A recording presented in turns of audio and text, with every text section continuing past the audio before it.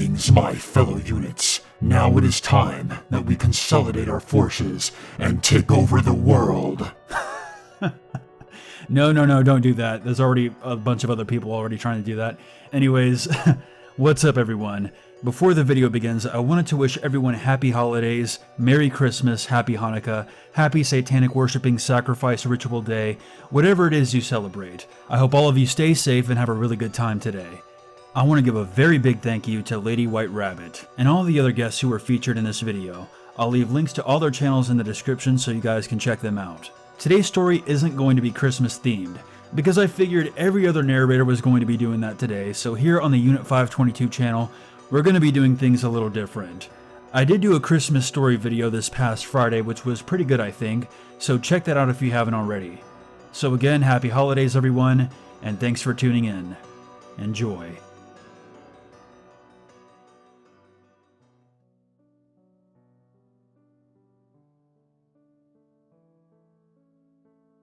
I'd never tried online dating. I'd never had a reason to. Usually my luck with guys was pretty decent, and even when it wasn't, I was just fine doing my own thing. After my last relationship fizzled out, I decided to avoid playing the dating game for a while. I had other things I wanted to devote my energy to, like the promotion at work that was being dangled promisingly in front of me. A while turned into a few years of chronic singledom, which was apparently being an issue to everyone but me, and before I knew it, I was pushing spinsterhood at the ripe old age of 29. My family and friends had the good grace not to bring up their concerns directly, but when Mom started mentioning nice young men she'd met at church, I knew things were getting critical. Besides, it had been kind of a long time, hadn't it? Before Mom could start handing out my number like Halloween candy, I took the initiative to log on to one of those free dating sites and set up a profile. I wasn't expecting much. We didn't exactly live in the big city, and I felt I'd exhausted my pool of eligible bachelors who might interest me, but I could at least point to it as a sign of my effort to rekindle my love life. I set up a few rules regarding who I might respond to. No 1 or 2 worded messages. His profile had to be completely filled out. There had to be at least a couple common interests. He had to have more than one picture. I even included these rules on my page. Simple, right? I still got a variety of messages ranging from, "Hey baby," to "You look hot, what's your number?" And my faith in the internet dating dwindled even more. I did go out with a couple of guys, but it felt forced and awkward, and I always left early with some half-hearted excuse. The guys must have got my message, because they never tried to call again. On the car ride home from another failed attempt that ended with a mid-date dash, I called my best friend and filled her in. "So, what's wrong with this one?" Ava asked as soon as she answered. "He was fine," I said. "Just really awkward. He's never even kissed a girl. He said he's waiting for a fairy tale moment." "You sure know how to pick 'em, Jules." "He was good looking and funny through text." "That's how they get ya." She laughed. We chatted until I got home, and I told her I had to go make dinner. "You wouldn't have if you'd stuck it out." Uh-huh. I'll keep that in mind. Tell Pete I said hi, and I'm still waiting for him to wise up and leave you so we can run away together. Making dinner actually meant eating the leftover Chinese that was still in my fridge from my last date night. A quick change into my comfiest oversized pajamas, and I was ready for an evening of Netflix binging. On a whim, I logged onto the dating site first, and I saw that I had some new messages. Reliable Guy 81 said I looked like I was the kind of girl who enjoyed having fun. Winky face. Delete. The Dan Man just asked if I wanted to chat. Delete. Ready to make it 3 for 3, I clicked on the message from "I'm not good at this dating thing." I was surprised to see that he actually had something to say. Hi, mother of puppies. My name is Scott, and as the username implies, I'm not really good at this whole dating thing. I saw your name though, and thought it kinda seemed like a reference to my favorite show, so I checked your profile. Another Game of Thrones fan. Not that that's really rare, but it's always nice to see. Is Mother of Dragons your favorite character? Okay, so we had a common interest. He was trying to initiate a real conversation with a question, and he could write properly. Good start. Interested, I went to his profile and read through his bio. He lived in the next town over and he was a PhD student working on a degree in English literature, his focus being medieval lit. If that wasn't dorky enough, he loved attending Renaissance festivals in costume, going to conventions and reading whatever fantasy novels he could get his hands on. His pictures showed him as being a tall man with a mop of reddish-brown hair, glasses, and cheerful smile. A little on the nerdy side, but definitely cute. I shot a response and I returned to my previously scheduled plans with Jessica Jones. It was late by the time I was ready for bed, but I was curious as to whether or not he had replied. Sure enough, when I checked, the envelope had turned red and a message from "I'm not good at this dating thing" was waiting for me. Thanks for the answer, Juliana. I'm going to have to disagree and say that Tyrion is the best, and should be the one ruling over the Seven Kingdoms. You watched Jessica Jones? Cool. I haven't seen it yet, but I've heard good things. I might have to check it out. Any other recommendations? Our TV talk eventually branched into other subjects, other hobbies, jobs, pets, families. Scott was an only child. He dreamed of one day traveling the world, but ideally he'd always return to his town to be near his parents as they were close. He was charming and respectful and seemed genuinely interested in what I had to say. We gradually moved from the dating site to a chat app and then, when I felt comfortable enough, a month later or so, traded numbers. Every time my phone chirped with a new text or it rang with his name flashing across the screen, a giddy thrill would shoot through me. I felt like a high school girl with a crush. When I received a text at work saying he had been in a bad car accident, I immediately tried to call. He didn't answer, and it was almost 45 minutes before I next heard from him. He sent another text saying that he was on his way to the hospital, but he'd call me when he had a chance. I was racked with concern and horribly distracted while I waited. I don't think I actually got anything done, but luckily my supervisor didn't seem to notice. I went home and sat at my computer desk with the idea that watching something might distract me, but I spent the whole time staring at and checking my phone. Finally, at almost 11, he sent me a picture of himself in a hospital bed with a few band-aids on his face and a sling on his arm. He was still smiling though, and he said that he'd be on his way home shortly. I was so relieved that he was okay, but I still told him that he was an ass for making me worry like that. Let me make it up to you. How? Let me take you to dinner. You said you wanted to try that Italian restaurant by me that I told you about, right? I hesitated. Sure, I'd had a lot of fun talking to him and I thought I really liked him, but what if it changed in person? He must have interpreted my extended silence as discomfort because it followed up with, Only if you want. It's okay if you don't. Well, that cinched it for me. Let's do it. The only problem I had with the arrangement is that I'd have to pick him up. His car had been totaled in the accident and he had no way of getting to the restaurant. I told him that it made me a little uncomfortable since it was our first time meeting, so we agreed that I could stay in my car and call him when I arrived. That way you can always drive off if something doesn't feel right, or if you just don't like the way I look. He said. Because I was going to his house, I told Ava everything about the date and made sure she had copies of a few of his pictures, his full name, his address, and the restaurant address before I left. We scheduled a checkup text for 10 minutes past the hour. I'd have 5 minutes to respond with our code word for "it's all good," or she'd call the police and tell them something was wrong. I felt I'd taken decent precautions, so I dolled myself up and headed out to make the half-hour drive to Scott's. His house was exactly as he'd described it. I recognized the tall oak with a tire swing that he told me to look out for and pulled over. Butterflies swarmed in my stomach, and I took a few steady breaths before I called him. The phone rang once, and immediately went to voicemail. I frowned at my cell like it was at fault, and tried again. Same result. I leaned over to the passenger side and I peered at the house. Lights were on, so someone was home. A third call, still no answer. I texted Ava to let her know I was there, but something was fishy. She told me to get out of there, but I was getting mad. I'd come all this way, I deserved an answer.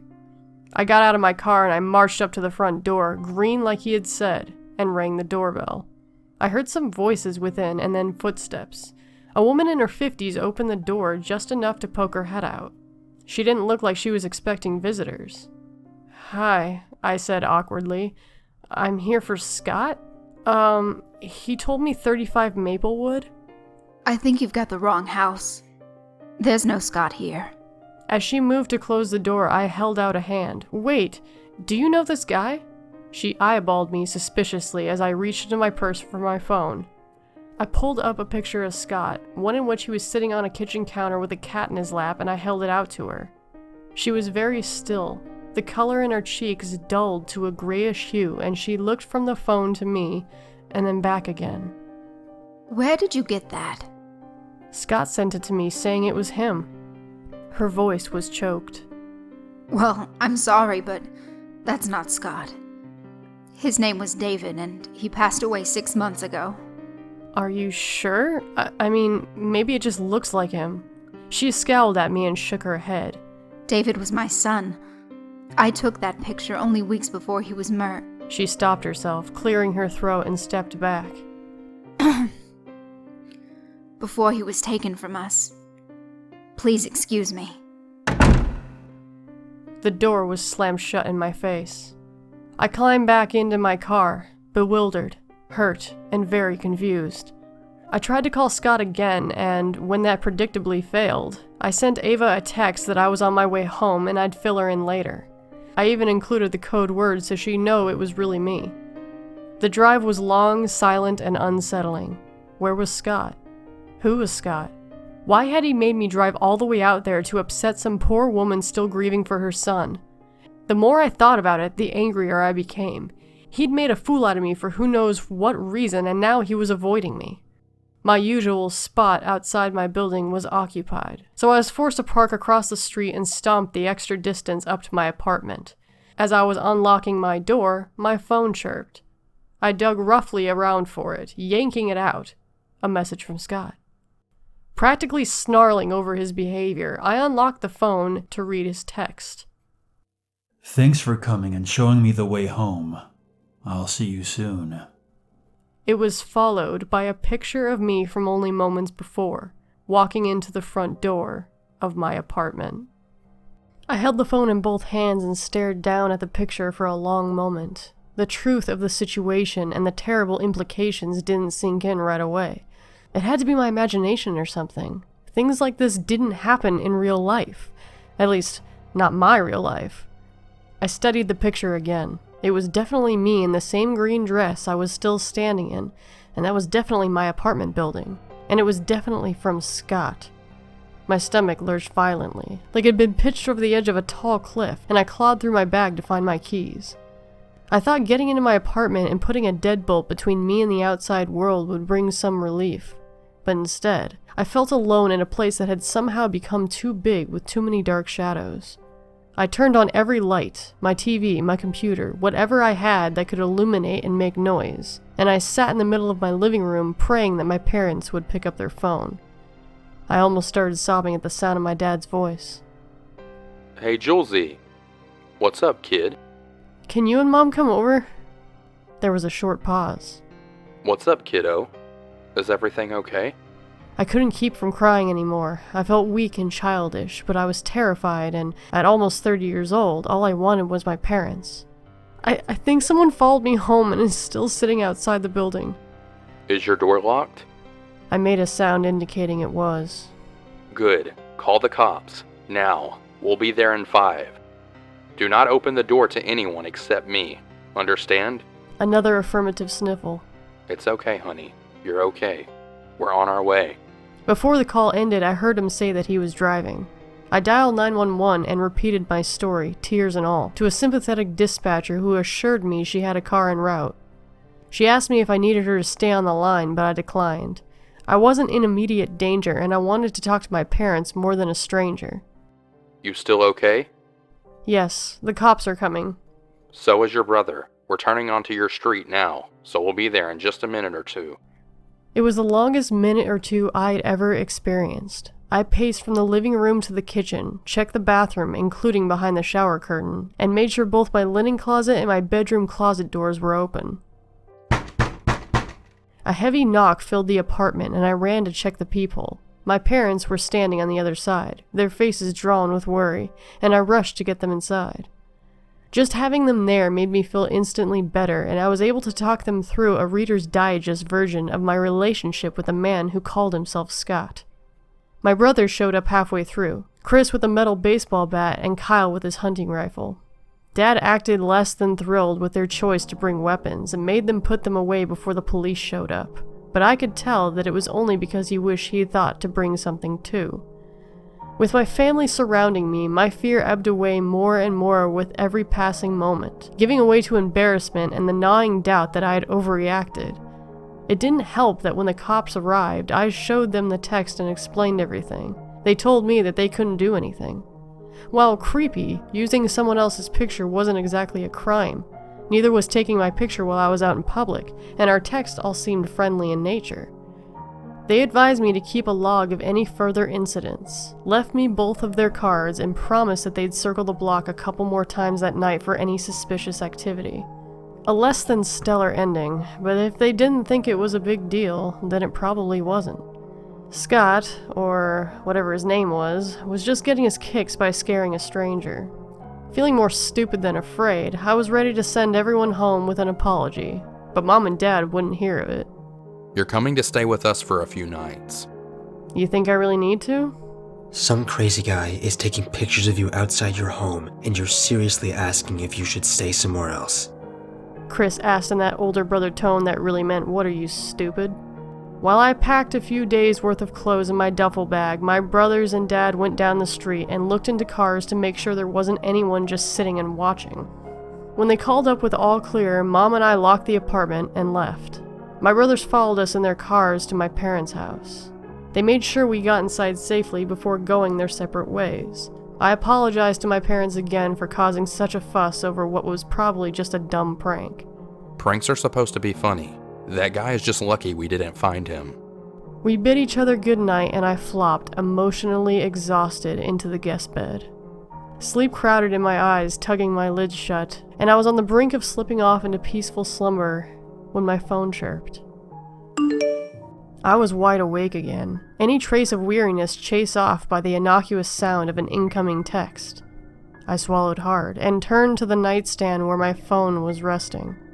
Its screen lit up the otherwise dark room, beckoning me to pick it up, and across the top, I could read Scott's name. I debated letting the message go unread, but curiously and renewed ire won over. I snatched it up and unlocked the phone. Sorry, I thought it was just too soon to meet the family. Looking forward to seeing you again. Maybe alone next time. I felt sick all over again. He'd been there, watching us. But for how long? I trembled, my insides a roiling mess of fear and nausea, but also in the eye of it all, a growing seed of fury. He'd violated my trust, invaded my home, my safe place, and now he was mocking me. Never contact me again, you sick asshole. His number was blocked, all texts deleted, not like they'd serve any purpose. I removed the chat apps we used and I logged onto the dating site to delete my profile. That was the last time I'd ever try to go online to find a guy. With all means of communication cut off, I threw my phone to the carpet and I buried myself beneath the comforter. The next week passed uneventfully. I didn't hear from Scott at all, so that was that handled, I thought triumphantly. Ava was mad I hadn't called her the night of, but forgave me after a couple of drinks and all the details. When she asked if I'd tried to look anything up about the guy in the pictures, David, I very adamantly told her no. Everything that had happened was disconcertingly enough, without adding a layer of murder to it. She offered to let me stay at her place for a while, but she already had her hands full with 2 kids and Pete, so I opted to stay with my folks. Dad drove me to work, where security would escort me into the building at my parents' insistence, and then we'd repeat the process at the end of the day. If I had to run an errand, I needed to make sure at least someone knew where I was at all times. My family and Ava went so far as to start a group chat so I could send them all my location with a single text. It quickly became kind of annoying, even if everyone meant well. If I hadn't been being stalked before, I certainly felt like I was experiencing it now. That probably sounds ungrateful, but as much as I adored them all and was thankful that I had such a great group of people who cared about me, I was ready for things to go back to normal. Finally, when I felt like I was suffocating beneath the weight of their constant supervision, I had to sit my parents down and tell them I was going back to my apartment. I love you, and I appreciate how much you've done for me, but I can't live like this forever. I need to go home. They tried to change my mind, but when it became clear that I couldn't be convinced, Mom gave me a canister of mace and a whistle for my keychain. We prefer that you stay, but we understand. Make sure to keep these on you at all times. Remember, Jules, if it comes down to you or them, always pick you. They lingered for about an hour after we got back to my apartment. Dad installed a chain lock on my front door. Mom checked all the windows, even though we were on the 3rd floor, and then we sat and mapped out the fastest routes to the police station. Tight hugs were exchanged when it was time to go, and they told me repeatedly to call at any time for any reason. Alone, for the first time since that night, I had to admit I was a little nervous. Wanting to retake control of my home, I put on my PJs, booted up my computer, and ordered a pizza. I surfed the net while I waited for dinner to arrive, relaxing myself with puppy and kitten videos before eventually making the rounds to Facebook. I was met with over 50 friend requests, all with the same message. Looking forward to seeing you real soon. Every single profile picture was of me, none of which I had ever seen before, and all recent.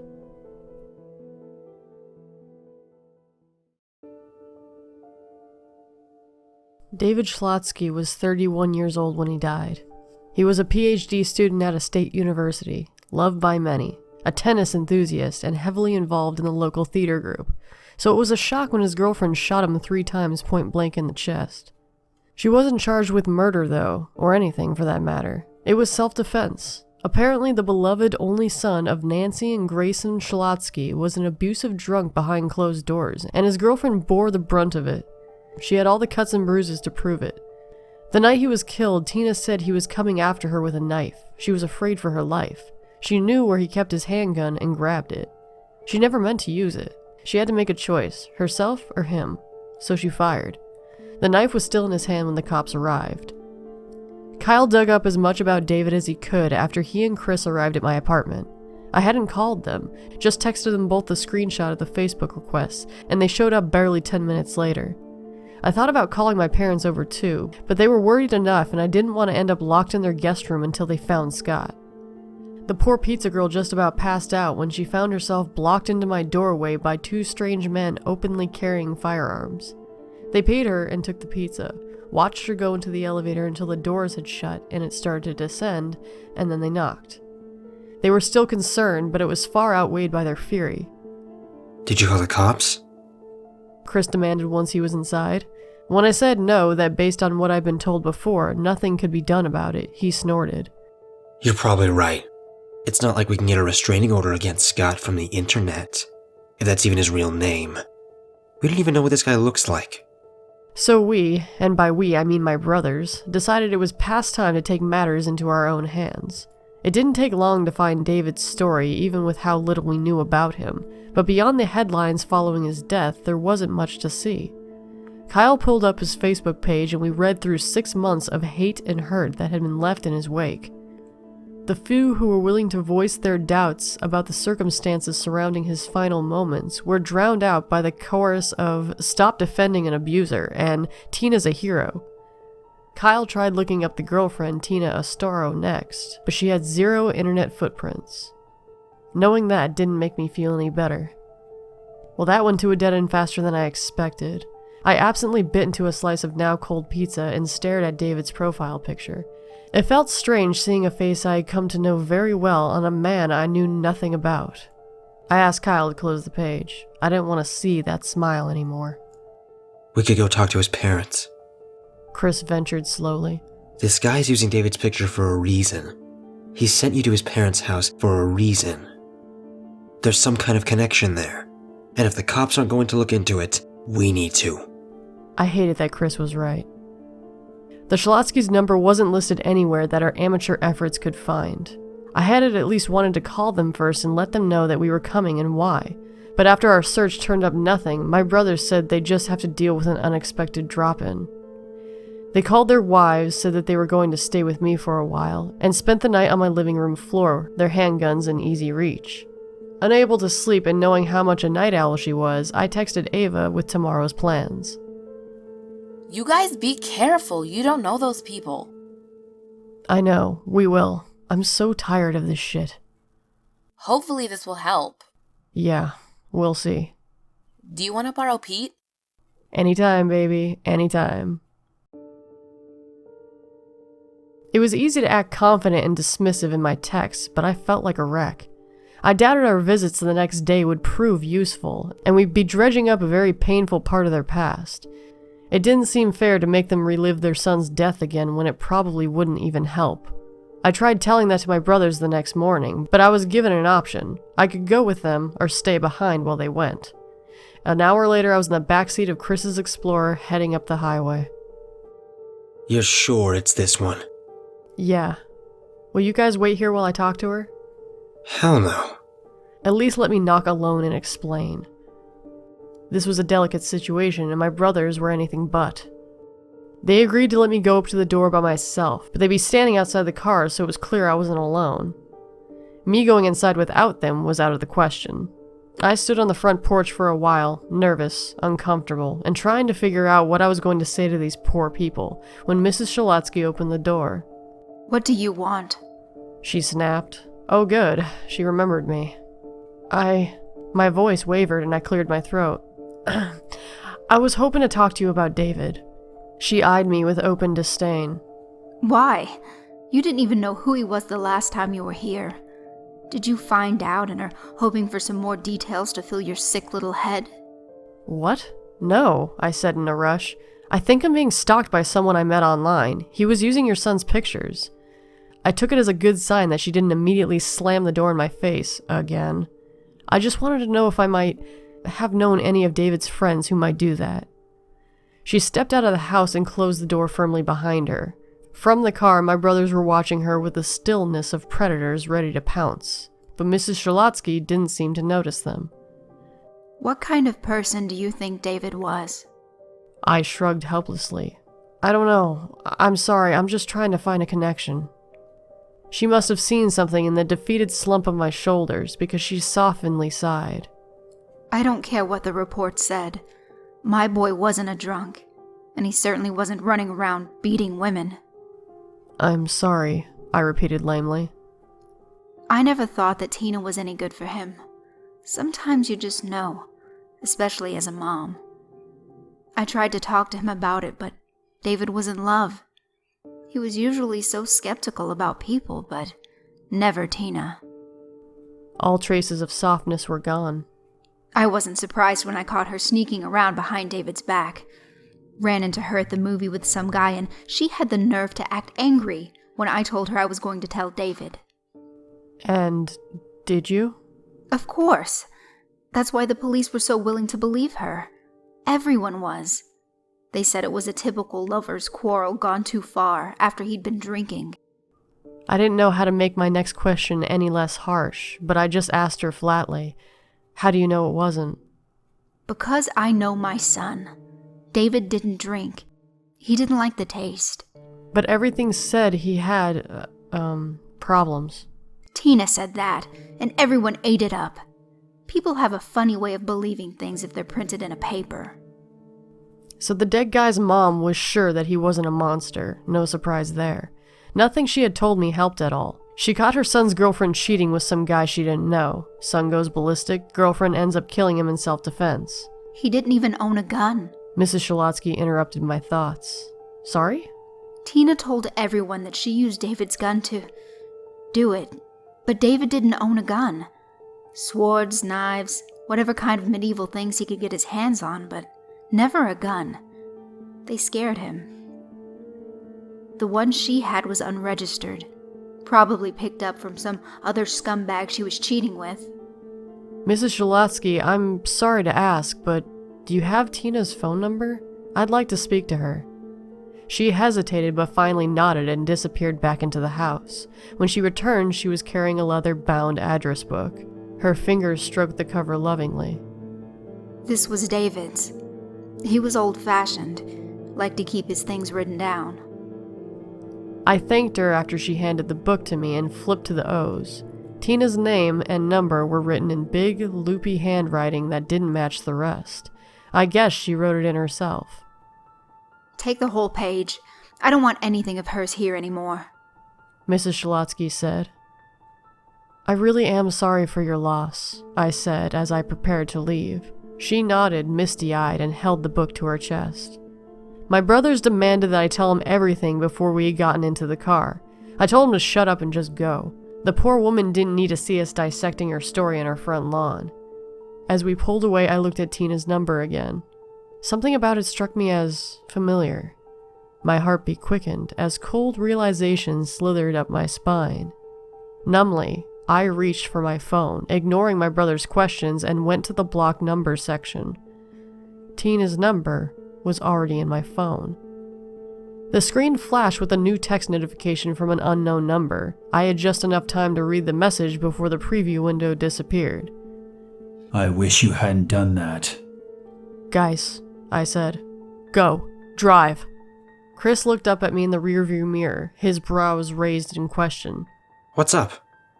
I got another text. He's here. He's watching us. Go. The Explorer's engine roared with life as Chris accelerated towards the highway. We were lucky, in a way, that there were so few other cars on the road. We were able to clear the town's limits in half the usual time. I kept checking my phone, but there were no other messages. A truck, a big Ford type that looked like it was on steroids, pulled onto the highway behind us. It rode close to our bumper, its engine revving.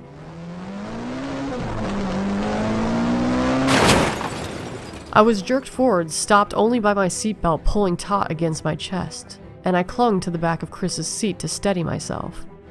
The truck drove into our rear again, harder, and this time Chris swerved slightly. Kyle, still bent over, was thrown headfirst into the dashboard. Chris tried to right the car, but the truck was alongside us now, nudging our back bumper further and further off course until the Explorer was thrown into a spin. I screamed, grabbing at Chris like it would help us get back onto the asphalt, while we slid through the shoulder and slammed into a guardrail. Powder from the airbags filled the car. I cracked my head solidly against my window and my vision swam. Through a haze, I could make out Kyle, slumped in his seat. Chris, a splash of red on his neck from where the seatbelt bit into him, was leaning over Kyle, trying to unwedge the lockbox from beneath his seat. His ragged breathing and the blood rushing into my ears thumped painfully through my skull. A sound like a too-close firecracker, and the left back tire sank suddenly. I screamed again. My brothers swore at me and told me to get down. Something metallic tapped against the back windshield. All along the side of the car until a man was standing outside the window, grinning and tapping the butt of his sawed-off shotgun against the glass. I met his cold gaze, and couldn't even breathe to call for my brother. Chris twisted sharply. A woman, fair-haired and wild-eyed, had pressed her face and the muzzle of a pistol against the driver's side window. A man leaned so close to the window that his breath fogged it. I told you I would be seeing you soon, Jules. He and the woman took a step back, then another, then took aim. My shoulders shook with silent, desperate sobs.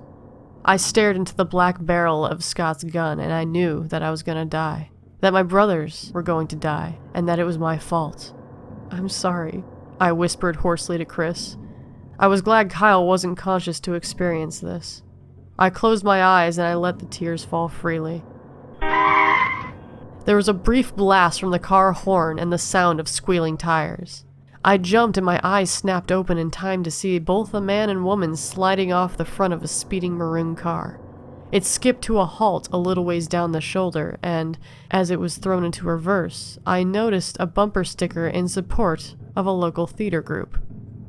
Mrs. Schlotsky braked beside us and rolled down her window. Her face was red, tear-stained, and torn with grief. Her fingers were wrapped around the steering wheel in a vice-like grip. Every inch of her was trembling. We stared at each other for a long, tense moment. You kids okay? It took a few months, but from computer and phone logs, police were able to piece together the sordid affair that had been Tina and Scott's relationship. Tina had been seeing Robbie, Scott's real name by the way, behind David's back for a few weeks when Mrs. Schlotsky came across them. No one would ever have known for sure what happened the night David was murdered, but from the little that was recovered from that time, it made it seem like David had confronted Tina, things got heated, and Robbie shot him. The cuts and bruises that Tina had paraded about as proof of physical abuse were probably courtesy of Robbie after the fact. They were a sick pair who got their thrills by causing harm. They had made dozens of dating profiles with the sole purpose of gaining personal information in order to harass and horrify. They flippantly used David's pictures and history because Tina had easy access to it all. Since they had gotten away with so much already, they weren't worried about getting caught. All their victims had been completely at random with no real structure or thought behind it. I had been their favorite. At first because of how curious I was, and then because of my refusal to stop living my life. They viewed this as a challenge and wanted to break me, making me too terrified to leave my home. When that didn't work, they decided they wanted to relive the thrill of what happened to David. We got so lucky that Mrs. Schlotsky, for reasons even she can't explain, felt compelled to look back out her window that afternoon. She recognized Tina driving the truck and knew something wasn't right. Because of her quick, decisive action, we each got away with only minor cuts, scrapes, and in Kyle's case, a concussion, but we were alive. My family and I will never stop being grateful. I've decided to keep a mostly low profile online and off of dating sites altogether. I'll stick to more traditional routes from here on out. I don't want to scare people with my story, but I do want to raise awareness of how dangerous it can be on here. So I hope that I've managed to do that for at least some people. Please, be careful, stay safe, and if it ever comes down to you or them, always choose you.